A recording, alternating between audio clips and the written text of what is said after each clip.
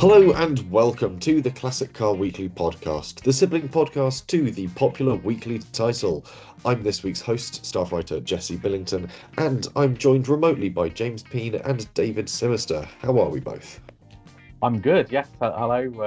It's a busy week as always, and lots going on today, particularly with the big news from the DVLA, which I'm sure we'll dig into a little bit further in. Oh, we've got plenty of news to touch on. James, I'll get to you. We'll start as we usually do when we sort of catch up on the classics. I know that you've been tinkering on pretty much all of your cars at the moment, it seems. Yeah, pretty strange for me, but I've had 2 full days pretty much of working on cars, which is it's gone as well as expected, really. So got plenty done, but encountered more issues, some of which were my own devising. So spent last Thursday working on the Beetle, got all the tinware off, got the manifold off, got the fan shroud off, got the fan changed over to a new dynamotor, fitted all that with the engine in situ, which everyone says is an absolute horrible job, and that is indeed correct. Got it all back together, and it seems like I have a fuel issue. So it seems to have sorted the electricity deficit, but yeah, now I'm not getting fuel through from the fuel tank. So that's a job for another day. And I also spent a good few hours at the weekend on the T5. I removed 21 fixings to remove the front bumper, which Ooh. is excessive. I don't know what Volkswagen were thinking, and especially as they use star adjusters on two of the fixings, which both of which have been rounded off by previous people who've been in there. So fun and games, but that's old cars for you, isn't it? Mind you, if you think that's excessive to get the front sort of clip off, have you seen the step-by-step process on how to do I think, I can't remember if it's cabin air filter or just, I think it must be cabin air filter for the new Volkswagen ID Buzz.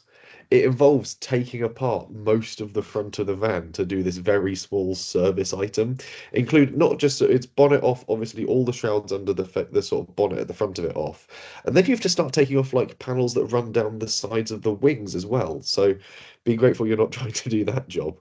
But yeah, it makes having to remove the steering rack from my MG to do the timing chain a hell of a lot more of a sort of less problematic task. But even then, I've had a friend that's willing to stick it onto his alignment rig and get it all set up again once I've put it all back together. But yeah, that process slowly rumbles on. But yeah, it's a wild time. Like the most inane of service items requires the most intensive strip down.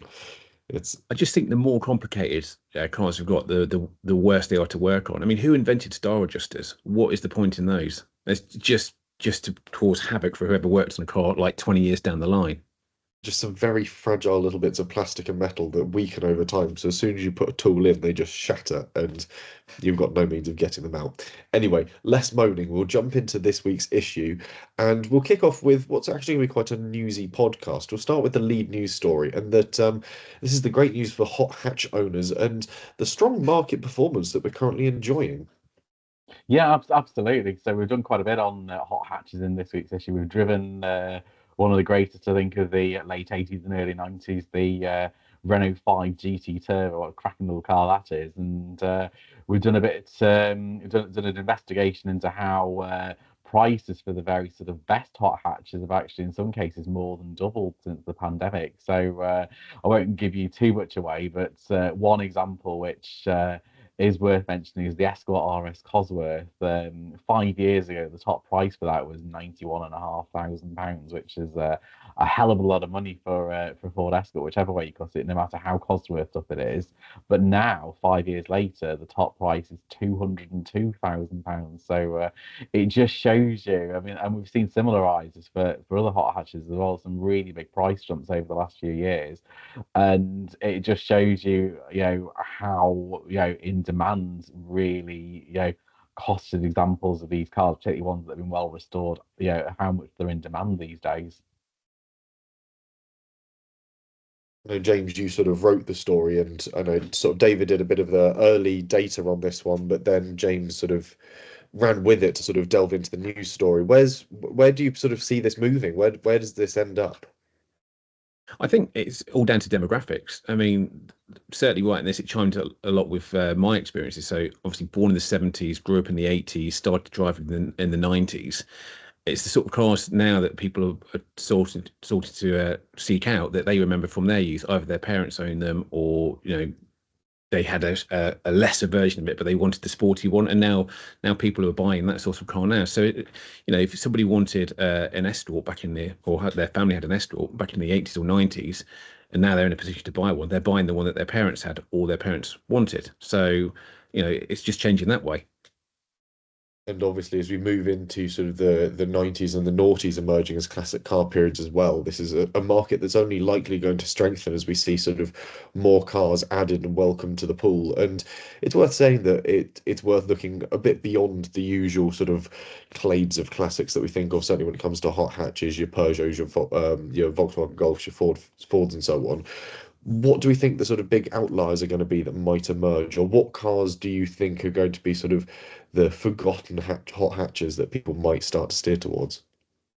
Well, I think one of the really important things is that, so don't forget, these are only the record prices for hot hatches, so you can still get all the usual suspects, your RS turbos, your Golf GTRs, the 205 GTIs, all of those cars.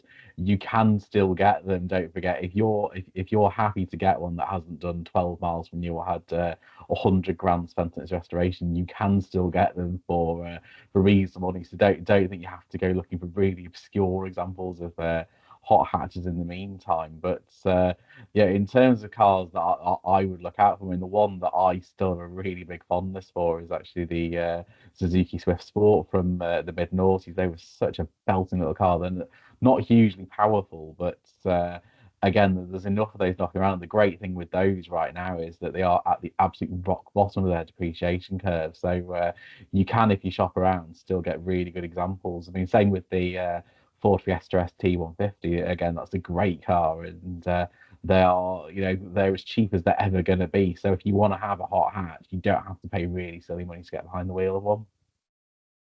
I mean, we had to rein in our market editor, Richard Barnett, on this one because he supplied way, way, way too much information on this. So he singled out particularly French cars as a nice alternative to the regular Fords and Vauxhalls and Volkswagens. So Peugeot 306 Rallies, GTI 6s, more interesting and predictable 205 GTI. Highlighted the Renault 19 16 valve, much overlooked, but cheaper than a Clio Williams.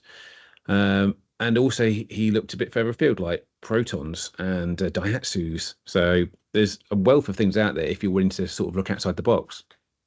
I was going to say, if you want to sort of stick with, you've sort of got a great bunch of French marks there. I think if you want to go back to sort of more British marks as well, things like the MG ZR, we've already sort of well welcomed sort of that period of MG Rover into the classic bracket, but the ZR is still quite a tasty little hatchback, and I think you could have that with up to a 2-litre engine in it. They were really punchy little units, and again, there's sort of already this support for them on the classic scene. So I think for me, that's one that I'd sort of have a look at, the ZR, the ZS as well. I think to sort of just about counts as a slightly bigger hatch as well. So it's an interesting one, and like you said, it's sort of this younger audience that's coming to classic cars because they're simply after the cars that their parents had lower specs of growing up, and that's something that's definitely been a trend that's, like you said, started through the 70s, but has still been sort of ever popular. I know growing up, the talk of the playground for me was always sort of the hot hatches that were coming through, the GTIs, the Focus RSs, and it's interesting to sort of see now where those trends start to emerge and work their way through. And we talk about sort of cars becoming classics, but obviously there is the rules and regulations around classic cars, and the DVLA have unleashed sort of not necessarily a new set of policies, but they've updated their approach and mindset when it comes to classics, and this is relatively positive news, David. Yeah, I think so. This reflects sort of a long period of ruminating and reflecting on the DVLA's part. So I remember sort of many years ago, and I'm sure James, obviously, you'll probably remember this from back in the day as well. It used to be the case that classic owners got very frustrated with the way the DVLA handled some of the more complicated cases involving classic cars. And yeah, it didn't feel like anyone at the DVLA was particularly against classics, but it just felt like sometimes that their sort of very specific needs were sort of sometimes lost in a very big post bag going to Swansea. But now that over the past sort of 2-3 years or so, the DVLA have been a lot more open to sort of what the historic vehicle industry needs. They had a very big call for evidence last year, which got up with many thousands of responses. And now the big news is that as of Tuesday next week, they'll be bringing out new policies, which should make it a lot easier for if you've got a car that you need to re-register after a registration. It means that it should be a lot easier to keep your identity. It's less likely that you'll have a a Q plate slapped on your car. It's a bit of a mouthful. And again, it should make things a lot smoother for everyone involved, and that's great news if that is the case. I mean, again, we're keeping an eye on the specifics of the policy when they come out next week, but I think it's a really big step in the right direction. I think from sort of bits that I've seen as well, sort of keeping an eye on the sort of club scene, certainly the update I had from Midget and Sprite Club is that this means that when it comes to restorations and repairs, again, it helps retain originality of the vehicle, that vehicle's sort of lineage over time. And one of the interesting things that it also mentioned was far more DVLA support for electrically converted classic cars as well, which obviously suggests that they've seen that this is potentially a growing trend that they ought to keep an eye on and be able to appropriately sort of not necessarily mandate but oversee and ensure sort of safe registration of these vehicles as they're adapted for use. And do you think this is them sort of matching with it, or is this sort of a government-led thing, sort of going, cars are getting greener, you've got to have electric cars, you're going to have to sort of apply this across the board? Is this sort of led by the evidence, or is this led by someone else, do you feel? I think this is very much led by the industry. So we have seen it's only been over the past decade or so we've really started to see companies offering electric car conversions, and yet the number of those cars is relatively small to the overall sort of traditional internal combustion classics. But it is a growing industry, and it's great that those specialists, whether you love them or hate these cars, they have been included in that, because there was the very real risk that if you took a car, you slapped an electric power plant in it, that it might be considered too substantial a modification, and then it loses its identity, and it becomes much ado about nothing. So it's great to see that I think actually that industry is being recognised and supported. I mean, I think whoever included that little bit anyway about electric cars, it kind of shows that there's a bit of forward thinking about the future of classic cars. So, if that's however many people actually do convert a classic to electric, they should be covered in the future. Yeah, it shows that the DVLA are sort of paying attention to and listening to the feedback and the advice they're getting from the industry and acting sort of appropriately in that sense. It's sort of as much as people go, oh, it's just a small bunch of electric cars that are being converted over, it does also show that there is this communication that's sort of taking place. And I think, as one MP put it about last year, they said that the DVLA are now in listening mode, and clearly they actually did something with what they listened to. So it's good news in that sense. I think we'll sort of follow this up in the issue we're working on at the moment. So there should be sort of more still to come on this one as we get sort of a clearer breakdown of what the DVLA are sort of putting out as their next set of policies. The next news story I wanted to touch on, this was a relatively short one actually, it was what James and I were talking about in the pre-record before David got here, was that some apprentices have been given the chance to drive the 1904 Thornycroft Tourer in this year's London to Brighton Veteran Car Run. And I think it's great to sort of not only show support for the veteran mark, but also get these apprentices and sort of younger people involved in what is essentially a part of the car industry that is at the complete opposite end of the spectrum to their own existence. They are sort of the newest people within this world, and we're throwing them into the deep end of these, essentially the oldest possible part of the classic world. So it's great to see this, and look forward to sort of bumping into them on the run.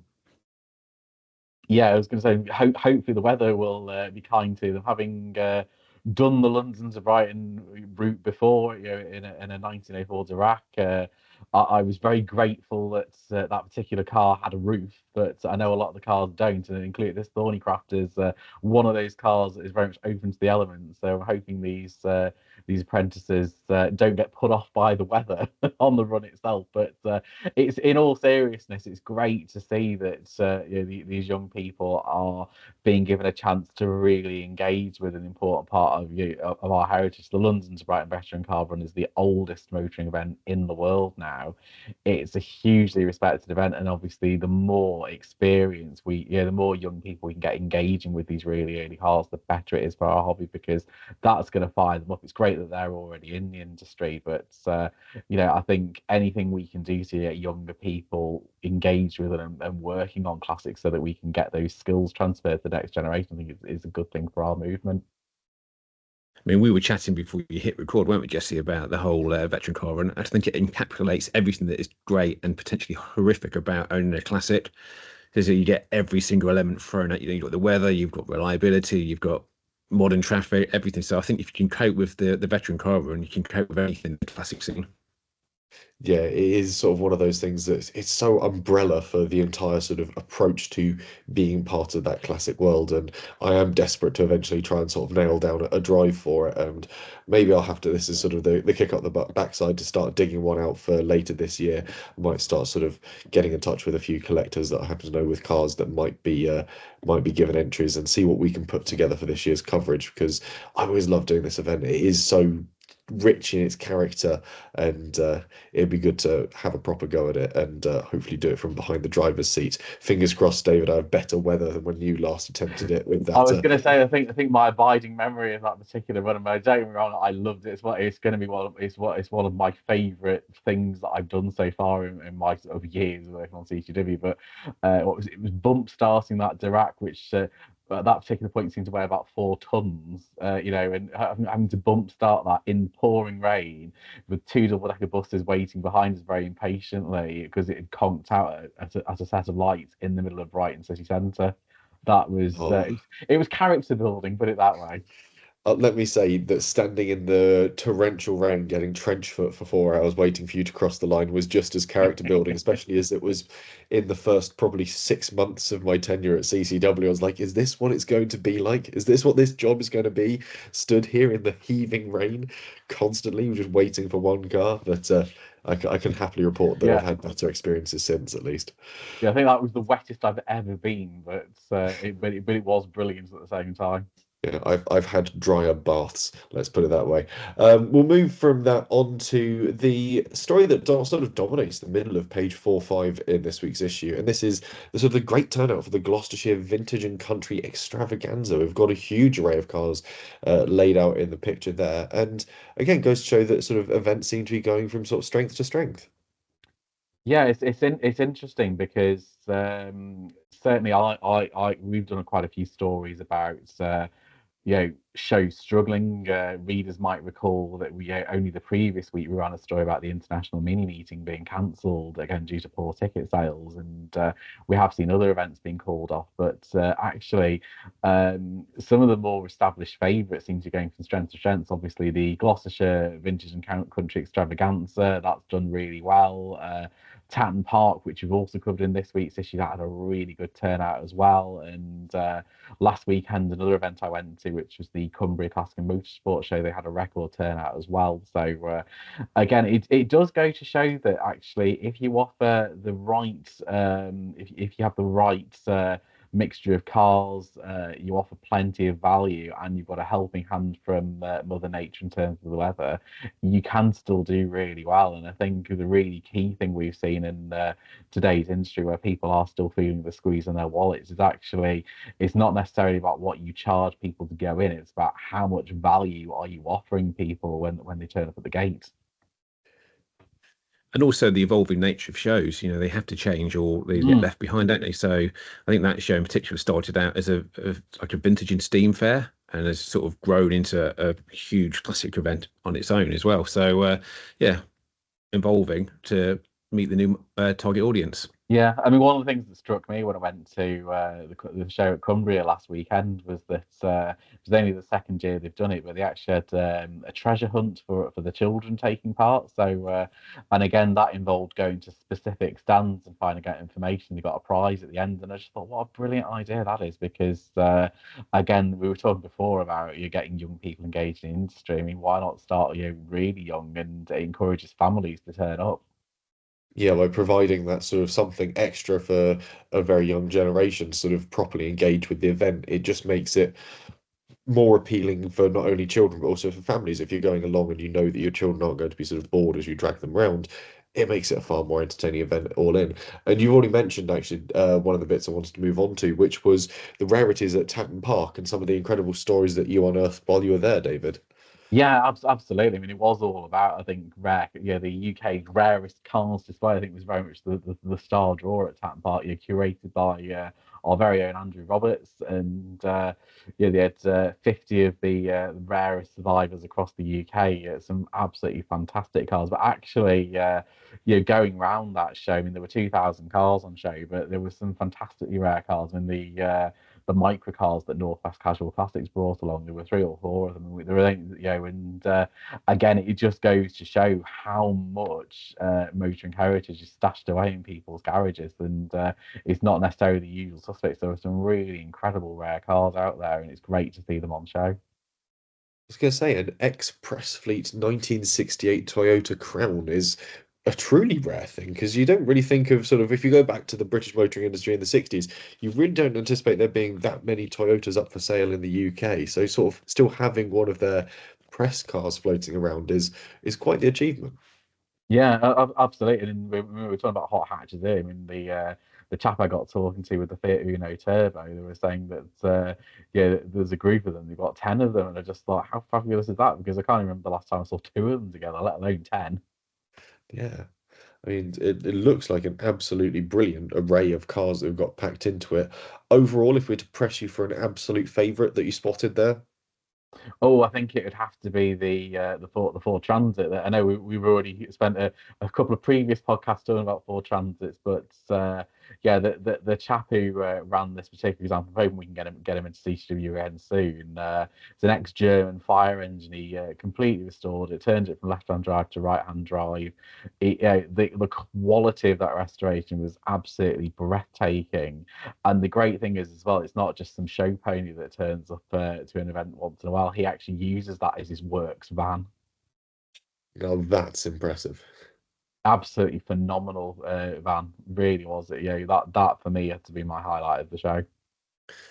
I was going to say, I know that a friend of mine turned up to the event. I think you might remember earlier this year, we covered the story of a young lad who'd just gotten an MGB and then it was destroyed in the floods up in Manchester. Mm. And he finally got it running and had it along at Tatton Park as well. It was his sort of first proper outing. So I know that that was sort of one of the other brilliant stories that sort of came out of that weekend was my guy sort of getting the car back on the road finally, and he's still got plans for that car, still looking to sort of bring some updates and some Amazing. upgrades to it. Still needs to finish off the interior on it as well, but it's now in a sort of fit running and driving condition, though I Amazing. think he's still battling the overdrive on the gearbox. So the project goes on for Scott there, but yeah, it's a nice follow on from something we touched on earlier this year that the battle goes on, but he's having success. Fantastic. I think what else have we got in elsewhere in this issue? Obviously, we've got our classics as well. It's a welcome to David's Toyota Avensis, which makes its debut in the issue in this issue, with plenty of stories to go with it. Yeah, and it's at the garage today, actually, of all things. So it's being meant. The guy actually rang me just before we did this recording, saying that he's amazed that it's done 130,000 miles and it's still on its original exhaust. That is very impressive. Obviously, well catered for. You obviously hose it down underneath in the saltier months. Yeah, I like to keep on top of it. It's definitely. And what else have we got over with buying tips for the Sunbeam Alpine, and in Out and About, Richard Hammond is off to the Silverstone Festival. Obviously, that's this weekend. We'll be heading along to get some coverage, but Richard Hammond will be hopping behind the wheel of a lovely Austin Healey 3000 racing in the RACTT, which is celebrating 120 years this year, actually. So I think the world's oldest single motor race. So yeah, be great fun heading along and enjoying that. Meanwhile, we've also got, like David said at the start of the show, the Renault 5 GT Turbo, which we're putting through its paces in the 5 trials. Have we got anything else to add in? Anything else that really jumped out in this week's issue that we feel we really ought to draw readers' attentions to?